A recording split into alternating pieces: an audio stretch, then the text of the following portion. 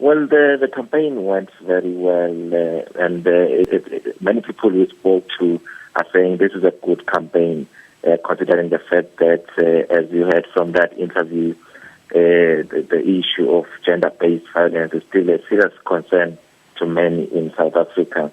This is a global initiative by the United Nations, mainly aimed at engaging men to say that they must treat women with dignity, so that they can be able to also achieve a number of their goals.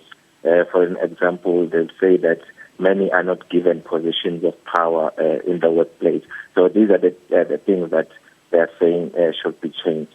And especially the issue of women being raped, they're saying that also it remains a problem which needs to be attended to. So they're hoping that a national dialogue will give people from all sectors across the country to have their view on how these issues are addressed. Mm-hmm. And who were the main speakers at this launch, and what kind of message were they relaying to the participants?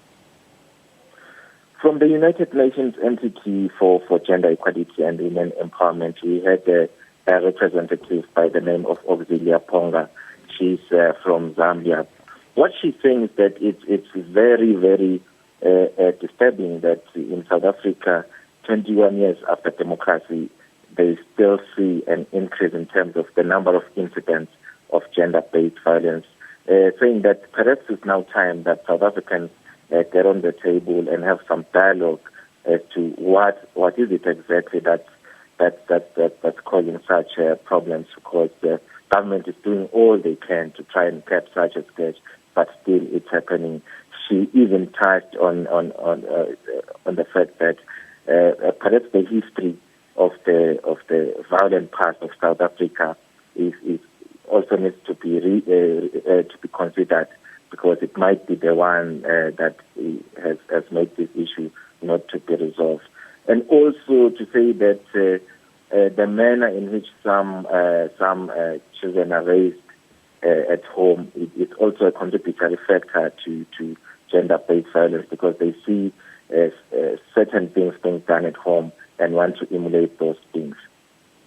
And Mweli, we can see in your pictures there that there were quite a number of young boys and girls within the audience there. Just how did they receive those messages, and do they believe that it can really make a difference? There were schoolgirls, as I've tried earlier to say, that this is mainly to engage boys and men, to say that they must treat women and girls with dignity.